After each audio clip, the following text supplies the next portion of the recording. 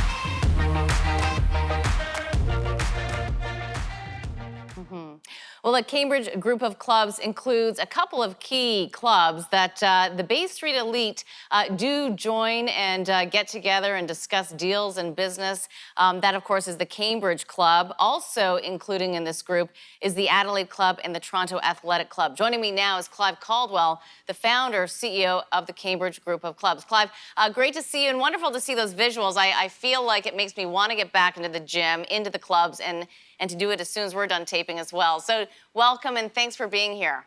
My pleasure, Catherine. Great to be here.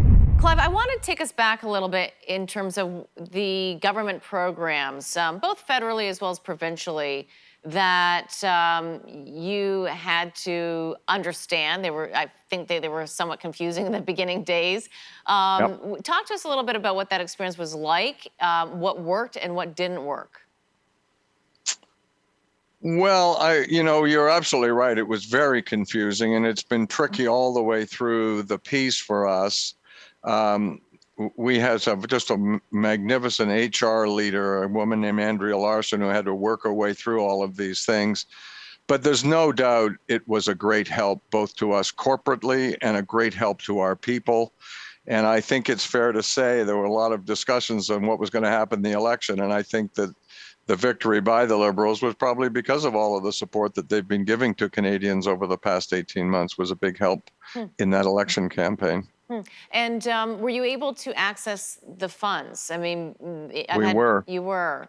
We were, and quickly. I mean, it's amazing how quickly governments responded and paid. I mean, it was really quite shocking on some situations. You'd get it in, and a week later, the money's in your bank account. It was quite quick how they were responding. Do you think that that's in part, though, because as you say, you had a great colleague who was, helping to make sure that you and your team got the money? Because I've interviewed a lot of restaurateurs who had a real difficult time and were really quite confused with the whole process. It's almost as though you had to be a certain size and maybe your size to be able to navigate it.